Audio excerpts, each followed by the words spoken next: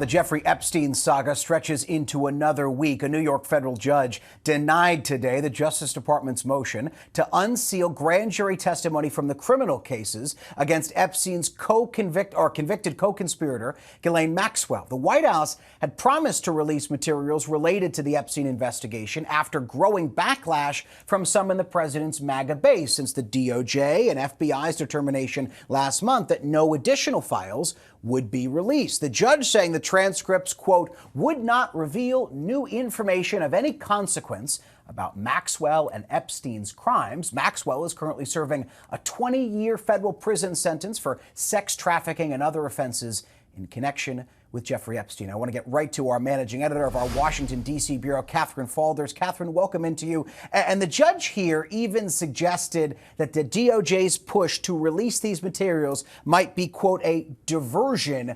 Why is the Trump administration asking for these records to be released?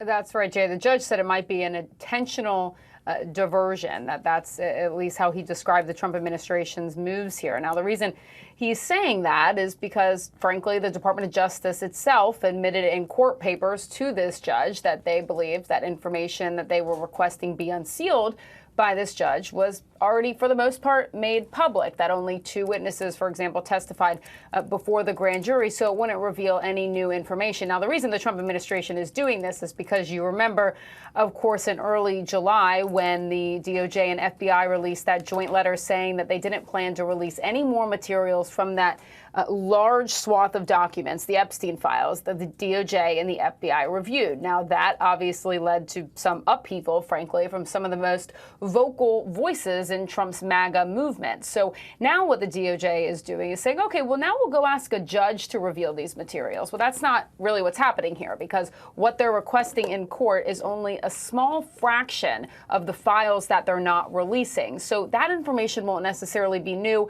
It won't solve their problem that they have, their political problem with the base, and that really is the backdrop to all of this and why they're doing what they're doing. Catherine Faulders, my friend, thank you so much.